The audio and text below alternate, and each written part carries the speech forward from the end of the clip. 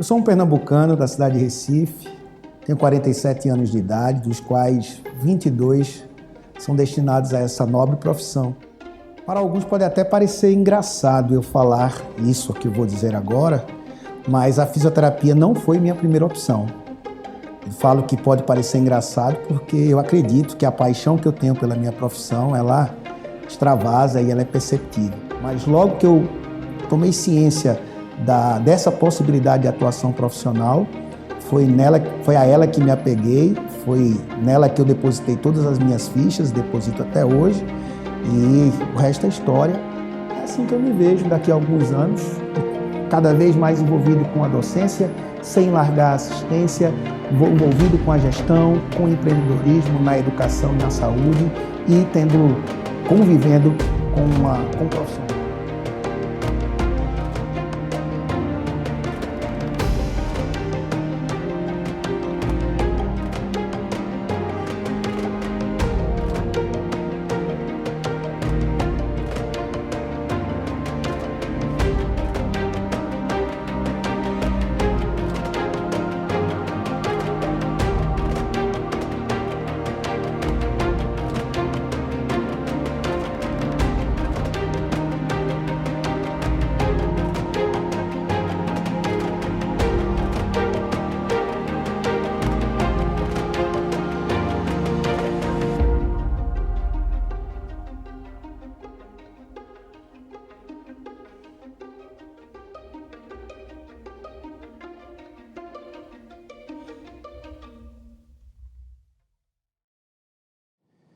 Eu sou um pernambucano da cidade de Recife, tenho 47 anos de idade, dos quais 22 são destinados a essa nobre profissão, que é a fisioterapia.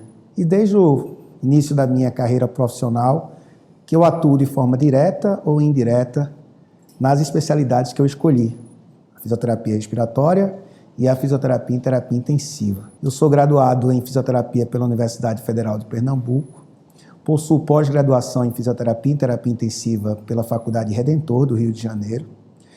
Detenho os títulos de especialista profissional pela Sobrafi Cofito em fisioterapia respiratória e em fisioterapia em terapia intensiva. Fiz mestrado em ciências biológicas também na Universidade Federal de Pernambuco e o meu doutorado foi na Universidade de Pernambuco em ciências da saúde. Eu já atuei nos diversos segmentos e áreas de atuação das minhas especialidades. Fui fisioterapeuta respiratório e intensivista de diversas unidades hospitalares do meu estado, professor universitário por 17 anos, gestor de serviço hospitalar, serviço ambulatorial e atualmente eu sou fisioterapeuta intensivista da Secretaria Estadual de Saúde de Pernambuco, sou fisioterapeuta respiratório do Centro de Medicina Especializada de Caruaru, atuando junto aos distúrbios respiratórios do sono. Sou fisioterapeuta respiratório da Santevi, Centro de Saúde e Bem-Estar, onde também atuo como diretor. E, além disso, sou diretor CEO da CVFM Treinamento e Educação Profissional, onde nós levamos à frente todo esse projeto educacional voltado à qualificação, à capacitação e à diferenciação dos futuros e atuais profissionais da saúde. Para alguns pode até parecer engraçado eu falar isso que eu vou dizer agora, mas a fisioterapia não foi minha primeira opção. Eu falo que pode parecer engraçado porque eu acredito que a paixão que eu tenho pela minha profissão, ela extravasa e ela é perceptível.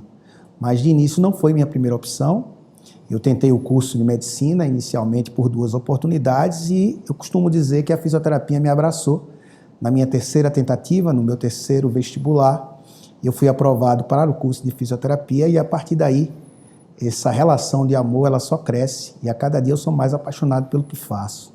Então, inicialmente, comecei o curso pensando em fisioterapia esportiva pela íntima relação que tinha e tenho até hoje com a prática desportiva, mas logo, durante a evolução do curso, eu percebi que a área hospitalar era aquilo que mais me chamava a atenção.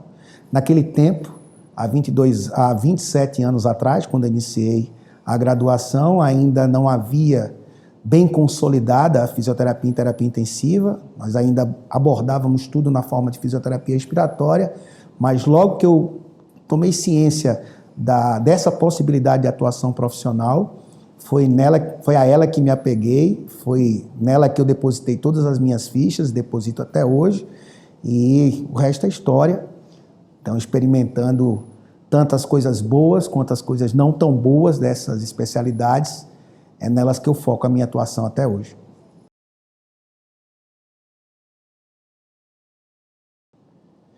Bom, um divisor de águas para mim, em relação à minha escolha pela fisioterapia respiratória e terapia intensiva, foi o 7º semestre da universidade. Nesse semestre, nós cursávamos a disciplina de fisioterapia respiratória, que, como eu falei, naquela época, englobava todos os conhecimentos e saberes relacionados às 3 especialidades que existem hoje, né? Fisioterapia cardiovascular, respiratória e terapia intensiva.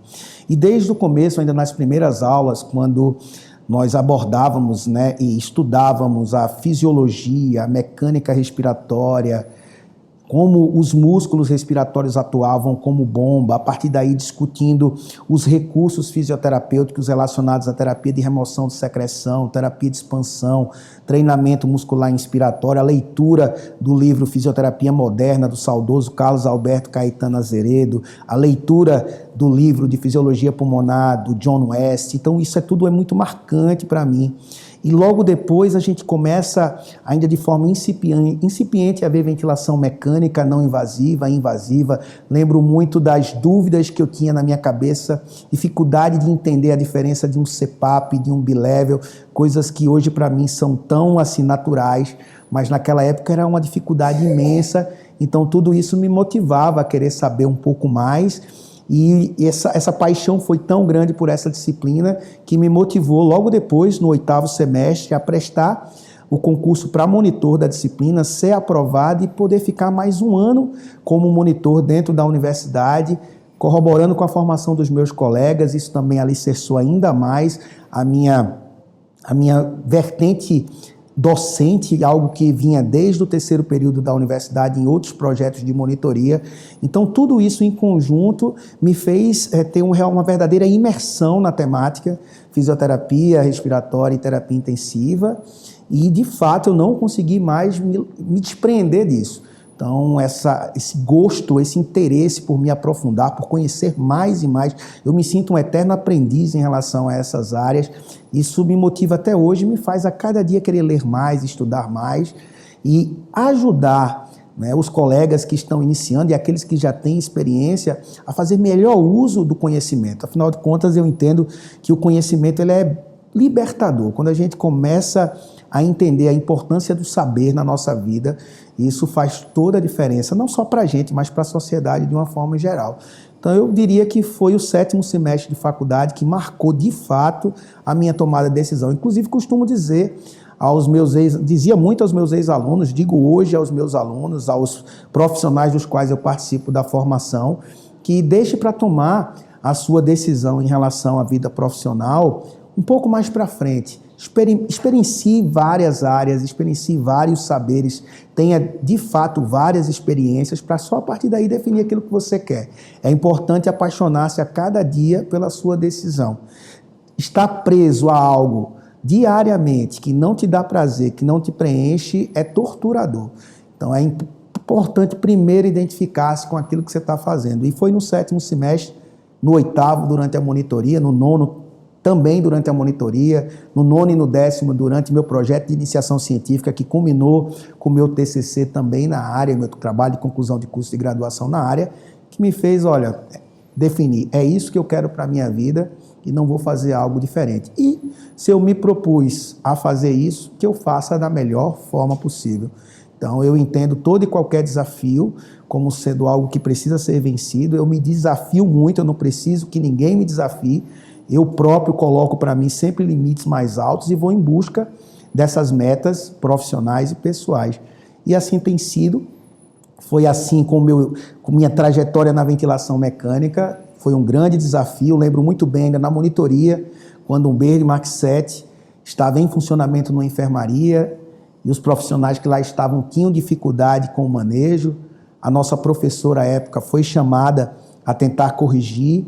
e junto a ela eu pude contribuir para que a gente resolvesse o problema de ajuste daquele ventilador. Isso é bem marcante na minha cabeça. Logo depois, recém-formado, tive um outro desafio frente a uma situação semelhante, um ventilador em mau funcionamento, que eu fui instado a tentar corroborar para que aquilo deixasse de ocorrer. Felizmente deu certo e a partir daí isso só foi crescendo, essa vontade de querer aprender um pouco mais sobre esse recurso, né, sobre essa estratégia de suporte à vida e sobre a fisioterapia, como a fisioterapia poderia, com qualidade, contribuir para a melhor condução da ventilação mecânica e a melhor condução do paciente potencialmente crítico ou crítico.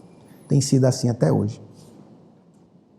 O meu maior medo quando eu saí da graduação era não ser capaz de prestar uma assistência digna a um paciente crítico. Eu lembro bem que eu me preocupava muito se eu teria condição de ajustar corretamente o ventilador inicialmente quando da chegada de um doente. Eu até imaginava uma situação do tipo, Flávio, fisioterapeuta, vai chegar um doente para o leito tal e eu preciso que você programe o ventilador para ele. Eu tinha uma ansiedade imensa e muito medo de quando isso acontecesse, porque eu não sabia se eu seria capaz.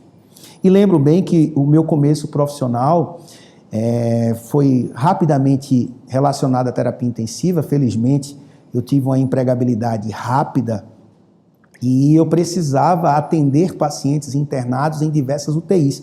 É importante lembrar que a época que me formei, a fisioterapia ainda não era obrigatória em regime de 18 horas, ainda não era nem obrigatória em regime de 12 horas na unidade de terapia intensiva. Então, era frequente que o fisioterapeuta entrasse na UTI e atendesse o paciente e fosse embora.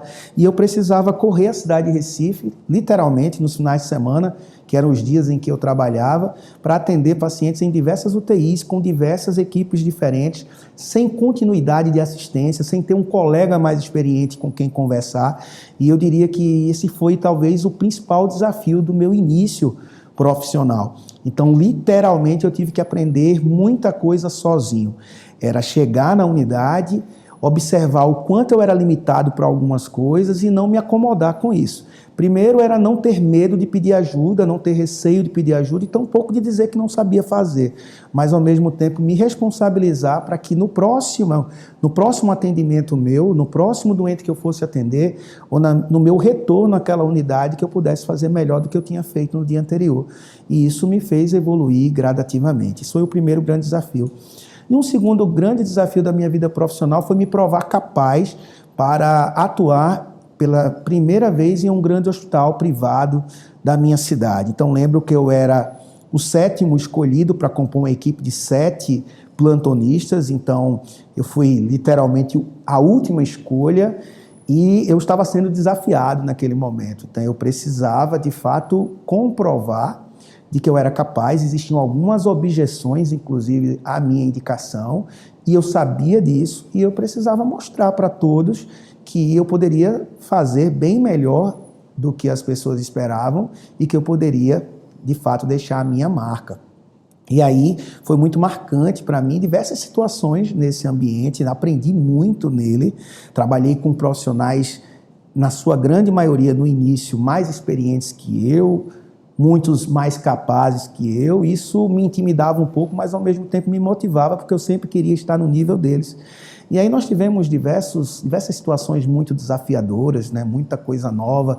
Eu tive que passar pela epidemia de H1N1, nós tivemos que vivenciar, né, diversas situações de síndrome do desconforto respiratório agudo, onde nós ainda não tínhamos uma bagagem, um corpo de conhecimento tão grande como nós temos hoje, manter pacientes em ventilação não invasiva, sem equipamento, sem ventilador, sem interface adequada, né, ter pacientes ali que a gente, por vezes, achava que não eram viáveis e mostraram-se viáveis, claro, né, com toda a qualidade da assistência que era prestada, pude ver o quanto a fisioterapia podia fazer a diferença e, obviamente, nesse tempo todo aí, nada supera o desafio que foi a pandemia, que eu precisei vivenciar de duas formas, não só com a relação assistencial, mas, sobretudo, conduzindo a nossa Associação Brasileira de Fisioterapia Cardiorrespiratória e Fisioterapia em Terapia Intensiva durante a pandemia, construindo documentos norteadores,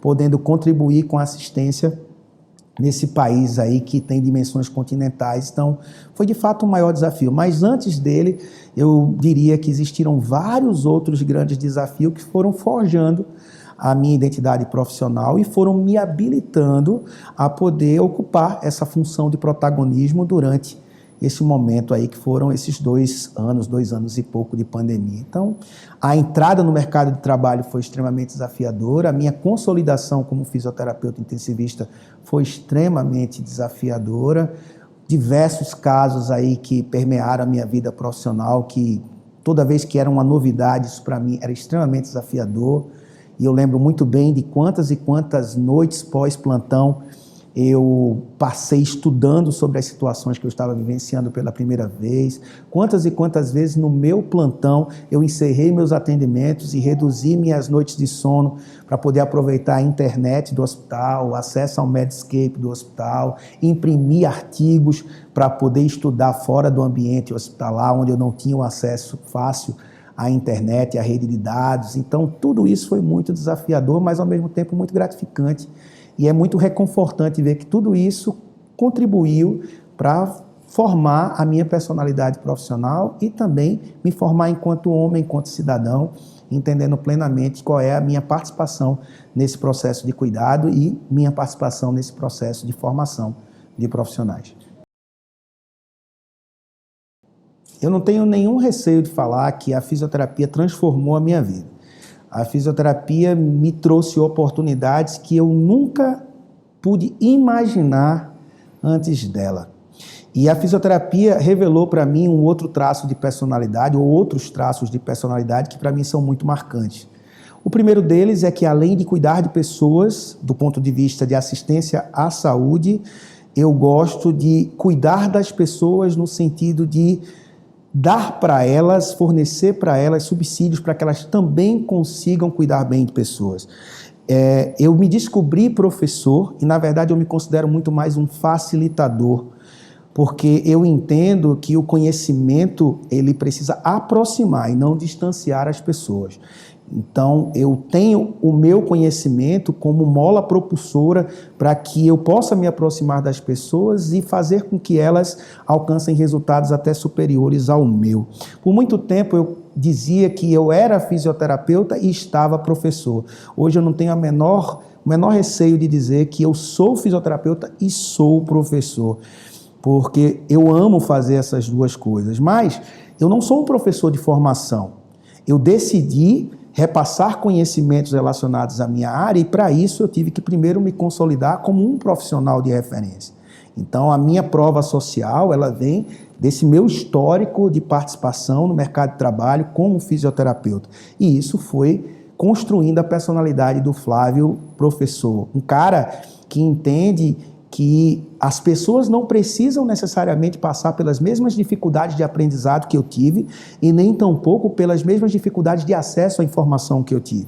O mundo mudou, o acesso hoje é muito mais facilitado e se eu tenho a possibilidade de encurtar o caminho das pessoas até o sucesso, eu vou buscar isso. Então, esse é um traço de personalidade, um traço que eu descobri, e o outro é que eu sou muito inquieto e que eu não me vejo simplesmente sendo um coadjuvante num processo de relação de trabalho.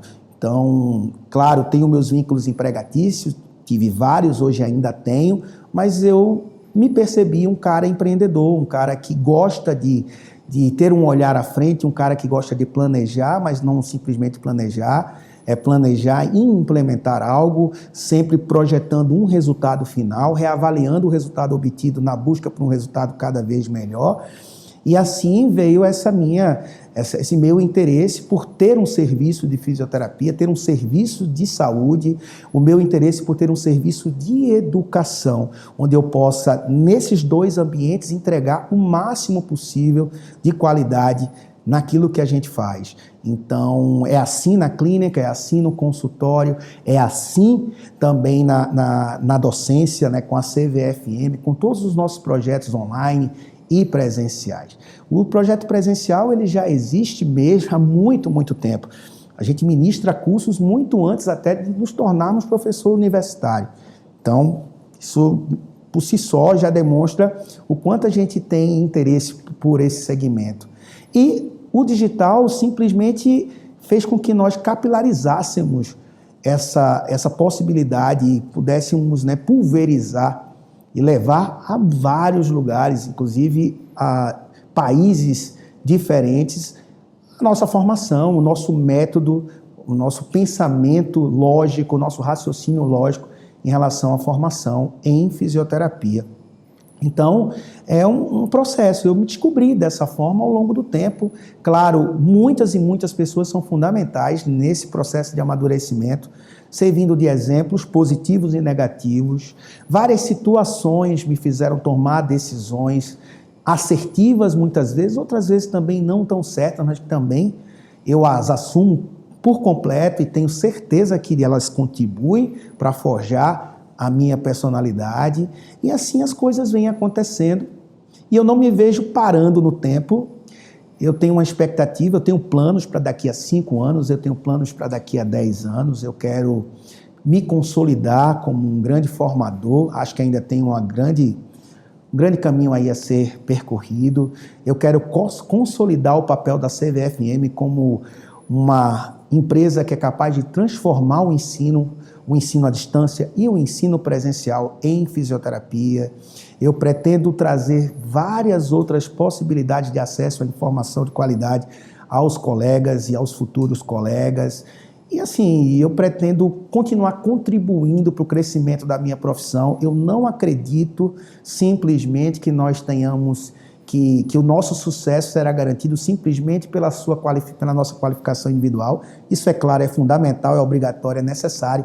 Mas se nós não tivermos um ambiente de crescimento, um ambiente onde o profissional possa germinar na sua plenitude, a gente não vai muito longe. Então, eu vou continuar lutando pelo crescimento e consolidação das minhas especialidades, pelo crescimento e consolidação da minha profissão, pela melhora do mercado de trabalho, pelo aumento do reconhecimento social da nossa profissão. Eu quero que todo mundo nesse país e fora dele tenha a certeza da importância do fisioterapeuta, o valorize cada vez mais e que exista também um melhor retorno financeiro para todo mundo que atua com qualidade nessa área. Então, é assim que eu me vejo daqui a alguns anos, cada vez mais envolvido com a docência, sem largar a assistência, envolvido com a gestão, com o empreendedorismo, na educação e na saúde, e convivendo com profissionais e com uma categoria profissional cada vez mais respeitada e valorizada.